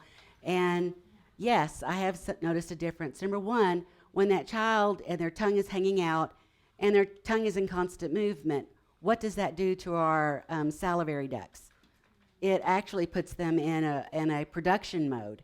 Well, with this placement, is your tongue actually moving, or is your tongue basically stabilized? Perhaps What do you even a feel? little bit retracted. Okay, with this, what it would be doing if we are, and this is just me thinking, if we're, should I go up there? Yes, go ahead. They Come on. can't hear you. That's right, because they can't hear me otherwise. Mm-hmm. I think we've got a lot of the audio issues worked out, so, but anyway. So I can go ahead. back? Yeah, Go ahead. no. Go ahead. Go ahead. You want to talk Okay, about my microphone? so What- I'm just Did thinking, you, so you did tell you me. warm it? Okay, go ahead. Okay, 'Cause I saw some- You saw some, okay. So if this is the center, if this is the anchor, and then it went out this way, Mm-hmm. and we're pulling in, then what we're doing is activating the myohyoid. Mm-hmm. All right, so myohyoid would be the myohyoid is what you want to get rid of the gobble anyway. But so it's going to pull and tighten floor of the mouth and stabilize almost more floor of the mouth than tongue. Correct. Okay. And actually even pull up a little bit on the hyoid bone. But that stabilization is what you're saying helps decrease actual drooling because then you're not moving as much because you've stabilized floor of the mouth and stabilized the hyoid a bit. Is that what I'm hearing? Exactly. Okay. Very well I anatomy have to foot. say it again to get it. Well, All but right. that's good. See, it helps us, it helps our listeners, it helps our participants. You can put it in anatomical terms so that we can then apply it. So with so Here's the camera. So this placement is going for the myohyoid, which is this one that's going across this way. So this really should be part of the facelift program, this placement, because that will shrink. Do you feel it now? That's good. You don't feel it? It's more difficult to swallow. It may throw your swallow out. It feels more difficult to swallow. Yeah, good. So again, what is that? But then, so are you, Yeah. you're swallowing against resistance. Is that a good thing or a bad thing? And you just have to, Depends on what it depends. state your muscles are in. Okay, Like our participants here, your muscles are great. They're working appropriately. Question. Question? Have either of you used this kinesio taping on Down syndrome kids with as tactile input pull to keep the tongue in the mouth Yes. Okay, the question was? for a serious program? The question was, have either of us used it with Down syndrome kids to keep the tongue in the mouth? And the answer is yes. And it has been effective. Very effective. Now, this isn't just 30 minutes a day. This is over a long haul. Remember the number of hours versus the number of days, but probably more so hours. Hours. I don't know if you're going to cover this in a few minutes, but are you going to talk about treatment plan? Mhm. Like how we write our goals for this kind of thing? Okay. Basically, how would you write your goal as now for your labial seal or your management of oral secretions? This is a modality, so this will be covered under your goal. You're going to use whatever strategies and list your little strategies to reach that goal. The same way you don't write a goal for NMES that says patient will tolerate the electrodes on for thus and such. You don't write that as a goal. Your goal is the increased muscle strength. And you're not going to write a goal, patient will keep the tape on, in this placement for so many hours a day. It's just gonna be, patient will demonstrate these functional changes as a result of muscle strengthening, and it's over Okay. in the other part of your deal. With an MES, and we have patients that come 3 times a week for 6 to 8 weeks, and there's still dysphagia patients and feeding difficulties patient, and we say, okay, well, we're gonna do feeding therapy and motor therapy, and we're gonna throw in an MES for 3 times a week for 6 weeks, and then we do a modified, and then we do another 6 to 8 weeks, and then we do another modified. We're done with MES at that point, but we're probably still gonna do oral motor and feeding therapy as needed. My question is, okay, what's in the back of my mind? Am I doing kinesio tape 2 to 3 times a week? Mom and dad doing it the other days of the week? How long do we go? When do we stop? And then if we say, okay, it lasts for 3 months, then they have to come back for 3 months, we do this again? Okay. Again, that's your home exercise program. So you're going to be seeing changes with that kiddo, and so what you see on the daily basis with that kiddo will determine if you still address it later on. And then with your home exercise program, then you would have to instruct the parent that, this may last for a few weeks. We hope it lasts forever, but, depending on the changes, the growth changes that your child will occur, with your child as they grow, they may need to reaccommodate or, relearn things that they had that they learned prior because their system has changed. So, and you would just educate them to do that home program and to another way, reinitiate. her question was, so what is the game plan? How long do you do or use this modality? And we don't have enough research really to tell you that yet. That's why we need to get a hold of this so we can practice and we can do the documentation and prove that we need to do this for 6 weeks, we need to do this for 3 months, or whatever the requirement is. Good point. Now, in the studies, in the literature, when I've done all this research, I found maybe 4 studies. That's it. And in the United States. Mainly, the studies are all in a different language because they were done overseas. Japanese, yeah. And in Europe.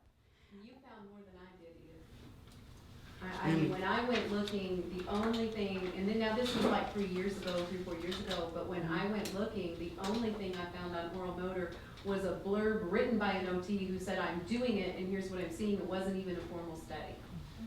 So what I'm hearing, so I'm thrilled to get a hold of your bibliography and your references. What I'm hearing is this is so new that we're the ones on the front of it. And we need to be documenting, maybe we need to organize a study. Hey, that would be great if we could organize a study. I think that's what we need. Because and the studies that are out there right now are not done by speech pathologists. They're all done by OTs or a PT. So, you have to, that doesn't give us very much credence if we didn't even do the study.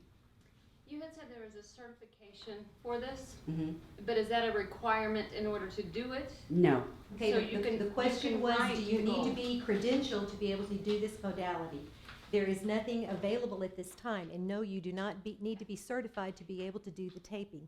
And in fact, the trainer that's coming to another home health agency to do some training did taping for about 7 years before she was certified. So, And she's a PT. actually, and she's actually one of the ones that has a documented study on oral rest posture and decreased drooling, and it's Patricia Martin. And That's in your references too. So all of the studies are really in different languages, but there is evidence for this, for Yes. the Okay, oral motor? Right, the question is, the question is, the studies are done, in Europe in a different language, but there are studies that state that this is effective treatment. Yes, there are.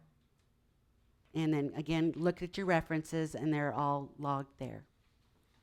we don't have any This longer. probably sounds redundant, but is there a limitation on which practices, whether a dietitian could do this?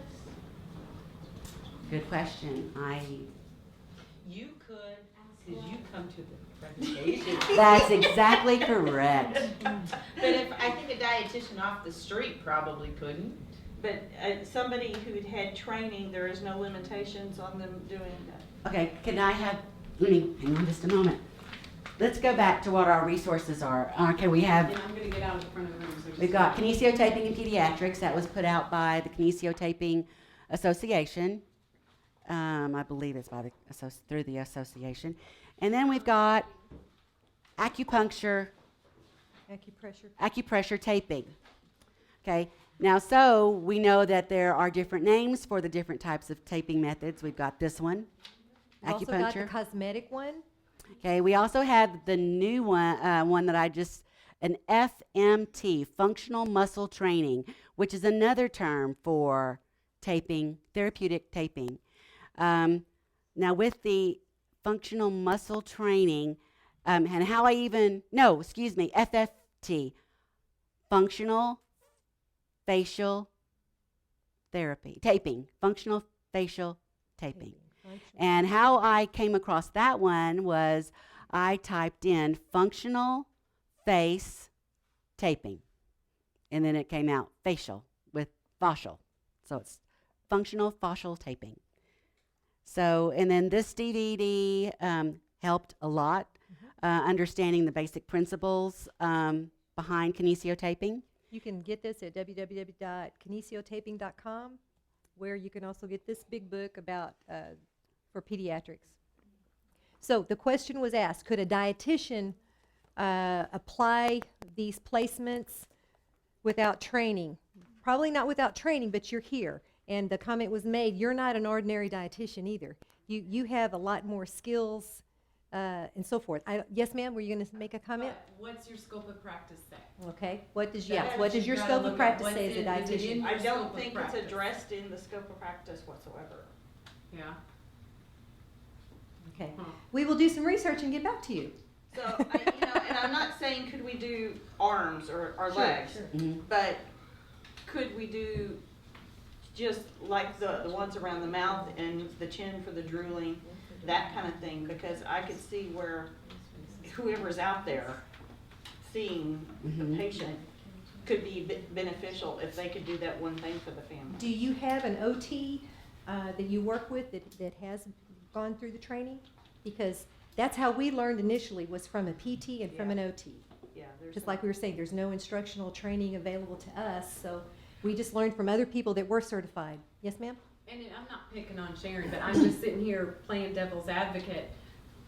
But do you have an anatomy background to be able to look at origin to No. insertion? What direction do the muscle fibers run? Actually, am I no. wanting We contraction don't. or am I wanting relaxation? I'd be careful. Okay, the I question, or the comment that was made was, do you as a dietitian or any other kind of health provider have training in the anatomy as far as knowing the insertion and origin of the muscle so that you could make these placements accordingly so that you can achieve either the relaxation or the rehab or the functionality? And unless you have that background, it's probably not a good idea.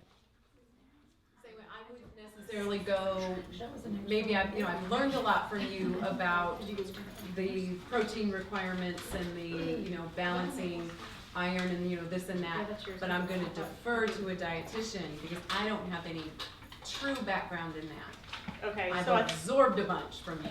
So we're saying the appropriate thing, if a dietitian is out doing these kinds of things, is for them to defer to somebody with more muscle training. I would. It may be that this Yes. is too, we're so far on the And I front would agree end of with it that. that no one has thought about that yet. But if I were looking at it and looking at my liability and looking at that, I would go, this is a hands-on modality, manipulative modality. As a dietitian, I would be careful since I had very little anatomical background. Okay, so that applies to any other licensure or profession too. Yes. Only the ones that have muscle training should be doing this. I would think so. That would be my thought, yes. And Yes, but then I also will tell you, look at how many speech paths got out of school and don't remember their anatomy. So even those of us who supposedly have the background, we need to be proceeding carefully, going back, studying, looking it up. Because, and tell me, how can you hurt someone with this by doing it inappropriately? Okay, the question is, how can you hurt someone by doing this inappropriately? Like I've been stressing, when you anchor, do not stretch. If you're stretching while you apply the tape, you can cause bruising. So if you've irritated or you have tested the integrity of the skin, that is the harm that you're providing. Okay, so I can't actually necessarily mess up someone's muscles. Well, when Edith was talking about she did the wrong placement and the jaw was jutting forward, she did something with the TMJ joint right there, so. Yeah, I would think so.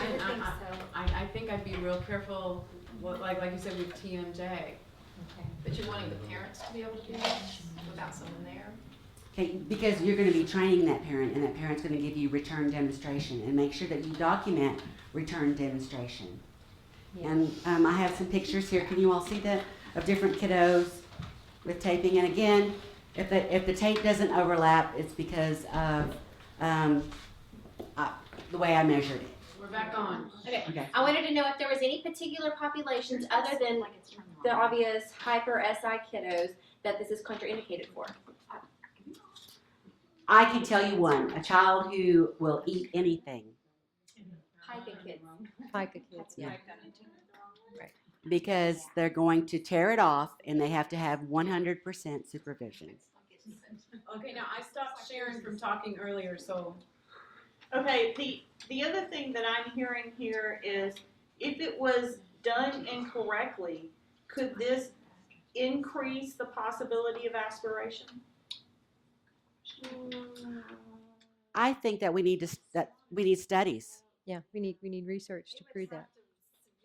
Severely affect the tongue-based retraction. It would have to You'd have keep to the really larynx go out of the okay. secret. highlights. If on the ones that are having severe swallow issues and we've got them in PO, okay, if you were to put this on them and it increased their secretions, Yeah, but is it the kinesio tape? Is it the fact that the pollen count is up? Is it the fact that they, They're cry? reflexing more today. And it's their saliva. These are good questions, but I'm sitting here problem solving through, and I'm thinking this is so gentle of a modality. I don't, and I'll defer to you. I don't think it could. I don't think it has I that don't much think it could impact. send stuff wonky quickly enough or hard enough. I think that if it could prevent a patient from aspirating, which I don't think it can, it would really have to do some significant changes to those muscle structures. Then if it can't stop aspiration, then I don't think it can cause aspiration.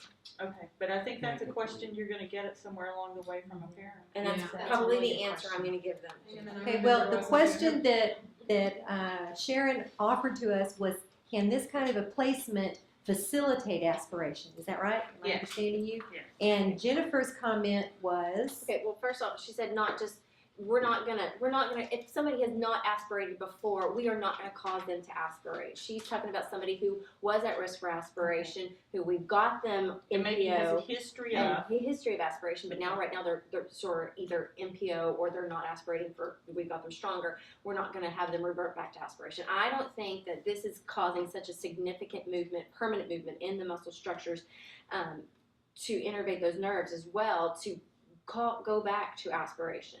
And you're thinking along the terms of someone who is increasing their saliva, who's losing control of their secretions in the first place, and is it the kinesio taping? Is it other environmental factors like allergies or reflux? And I don't think that if we had a person that aspirated before, I don't think so.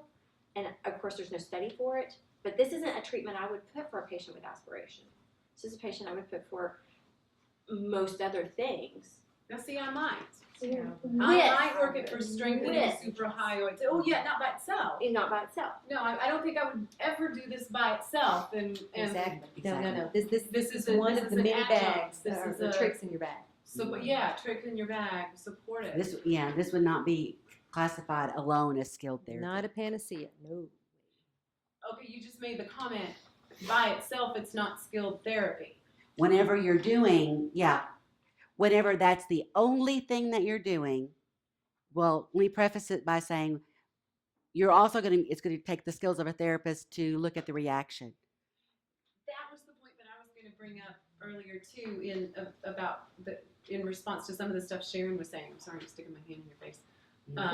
Because not only is it figure out where to put it, what muscles, what's the anatomy, what's the origin insertion, but the diagnostic capability to read the patient's response to it. Correct. Read the clinic term and over time. Correct. In the This moment, placement acutely and How do we need to change it? long term. Good point. So STAs, can they do it? STAs? Speech therapy assistants.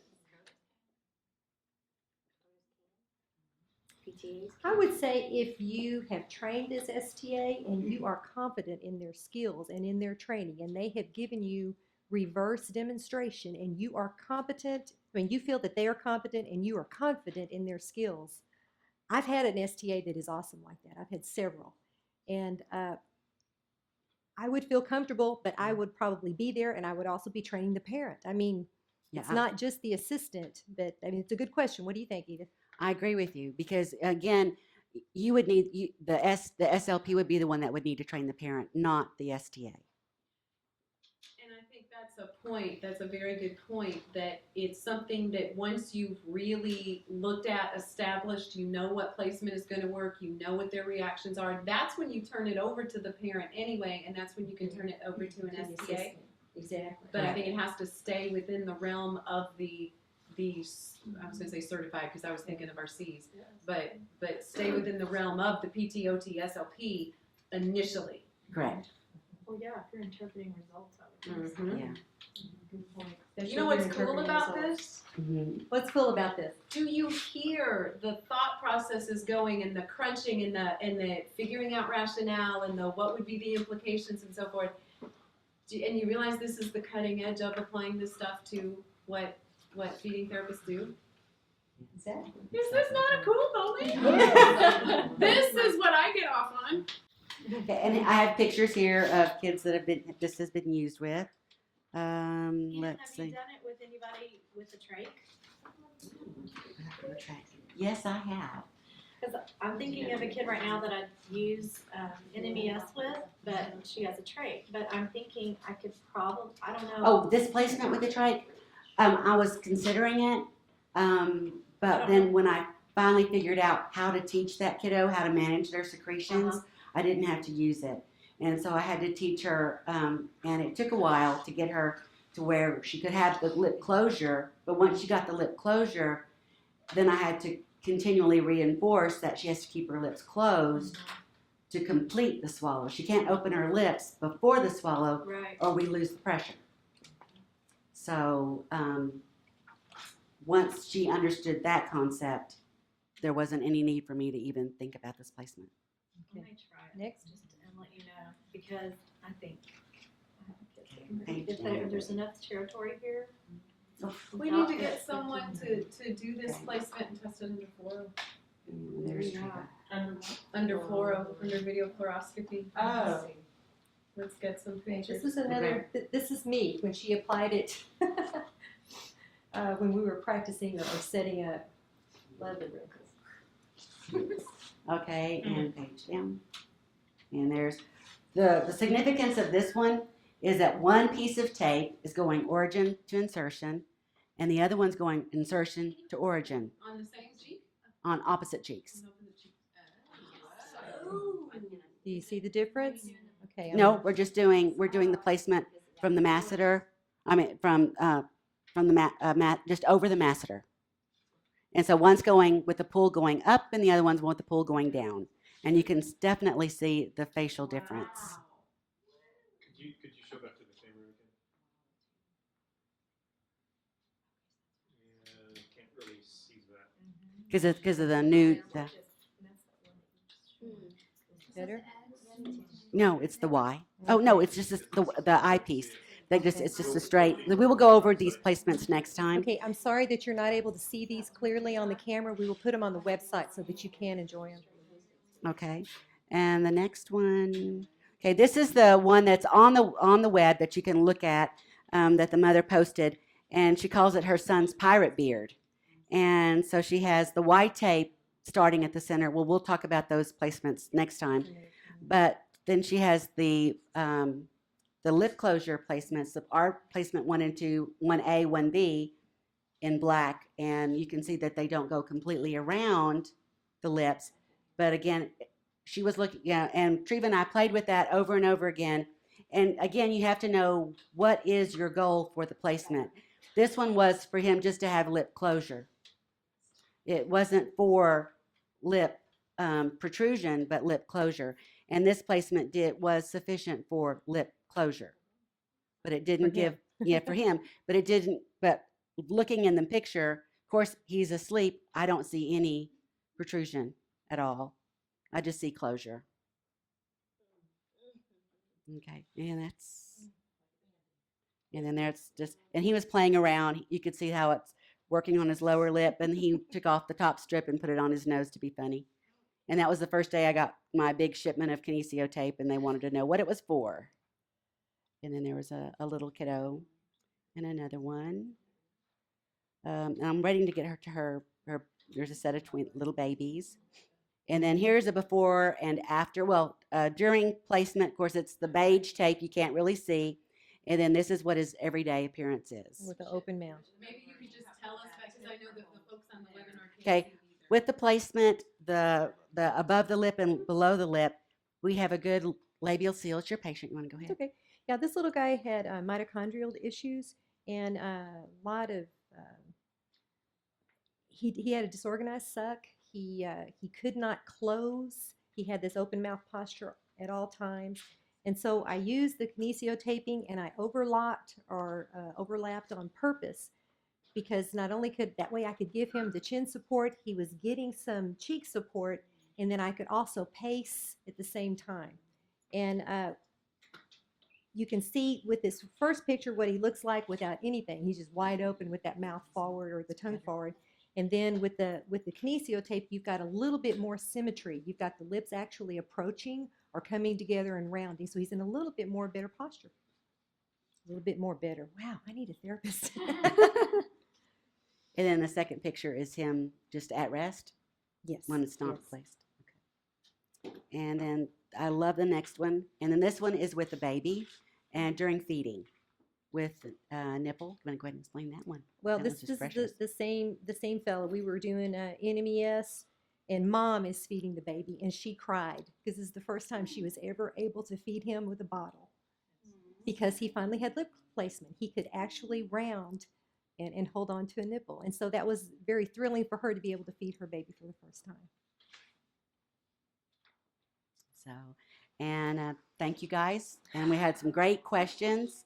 And I look forward to doing part 2. Y'all look forward to learning new placements? Yes. Okay, good Well, deal. what are the other placements that you're going to teach us? We're going to teach you the masseter placements, the temporal mandibular joint placements. Then we're also going to do. That's probably all. The Y. Well, we can also do the TMJ if you want that. The masseter, and the X and the Y. and the Y. And we more than likely will also have some more information at that time regarding things that you can do in cooperation with your OT as far as head control. And Do you want to show them the funny video from Japan? do y'all want to see the? Okay, the video from Japan. Now remember, this is spoken in Japanese, but you do have the English underneath. I can remember being told don't leave it on the face for more than an hour or two or whatever, and you're saying it can stay on the face how long? Actually, it can stay on the face all night Just till it falls off? till it falls off. Because the Kinesio tape is designed to breathe with your skin, and the adhesive is mild enough to where it's designed to stay on for 6 or 7 days. But I've not been able to see a child with the mouth keep it on more than an hour because it will fall off. So do you reapply? Reapply. Okay, are y'all ready? Yes. 2002년 월드컵 때 그 그 유상철 선수의 무릎이라든지 예. 또 2006년도에 김연아 선수 허리에 많이 보셨을 거예요, 붙인 거. 그렇죠. 주로 이 테이핑 요법은 동통 질환의 통증을 없애는 목적으로 많이 쓰였습니다. 테이핑은 약국에서 쉽게 구할 수 있습니다. 근데 하시기 전에 주의하실 게 있어요. 패치 테스트를 하셔야 돼요. 왜냐하면 이걸 붙였을 때 피부가 간지럽다든지 이렇게 발적이 올라오신 분들은 좀 삼가하시는 게 좋겠고요. 장시간 붙이고 있으시면 또 안 돼요. 일단 김용만 씨는 어디 주름이 혹시 걱정되세요? 저는 뭐 입가 주름도 있고요, 약간. 그리고 특히 미간 사이에 주름이 어떻게 할까요? 그 이마에 전두근이라는 근육이 있습니다. 전두근의 탄력이 약해지고 지지가 약해져서 생길 수 있기 때문에 이런 식으로. 여기 미간 주름 때문이면 반대로 이렇게 그렇죠. 수직으로. 반대로 늘려 주름과 수직 방향으로. 그럼 주름을 펴서 이렇게 붙이는 거예요? 그렇죠. 팔자 주름 같은 경우에는 그러면 주름이 나만 있나? 왜? 이 팔자 주름과 직각 사선 모양으로 붙여주시는 게 중요합니다. 이거 펴서 붙이나요, 그러면? 네, 아니 그냥 자연스러운 상태에서 이런 식으로. 그렇게 주름이 생기겠네. 눈가에 있는 잔주름은 눈 주위의 표정을 결정짓는 알륜근이라는 근육에 그 근력이 떨어지고 탄력이 떨어져서 생기는 것이기 때문에 눈가의 주름과 수직인 방향으로 이 알륜근이 이쪽에서 이렇게 분포가 되기 때문에 이쪽으로 붙여주시는 게 좋습니다. 하루에 한 30분 내외로 이렇게 붙여주시는 게 예방을 하는 데 도움이 됩니다. 아침에 붓는 분들은 오전 시간을 아주 골라야 We thought it was funny because they were just putting tape everywhere, every place they saw. And then when I kept going back over it, and as I was writing the study, I realized writing the presentation for the PowerPoint. Whenever you're doing rehabilitative taping, you want to apply it with little to no stretch because the muscle is long already or lengthened and weak. So if you apply it with little to no stretch, then again, you've got 10 to 20% of stretch there to give it some stability because those are the overused muscles.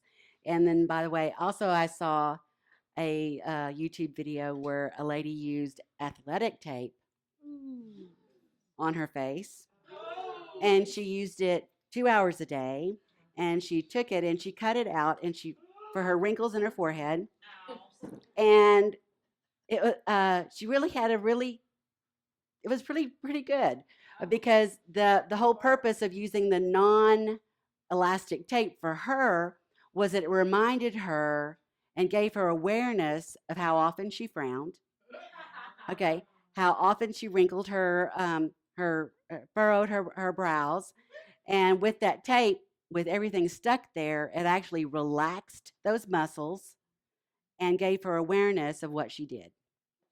And so that she could retrain that muscle to relax and not and also it helped her to know what she needed to react to and what she didn't need to react to. So Then forget it because I'd react to everything. So people use duct tape, whatever they can, whatever they think that they can for beauty. But anyway, thank you all very much. Thank you for your attention. We need you, though. We need you to document whatever changes you see and write some good research studies so we can get the information out. Let's team with our OTs and our PTs and get us online so that we can do the best healing with our hands and the tape. That's right. All right. The next Feeding Fun Night is going to be in 2 months. I'll be announcing the dates pretty soon.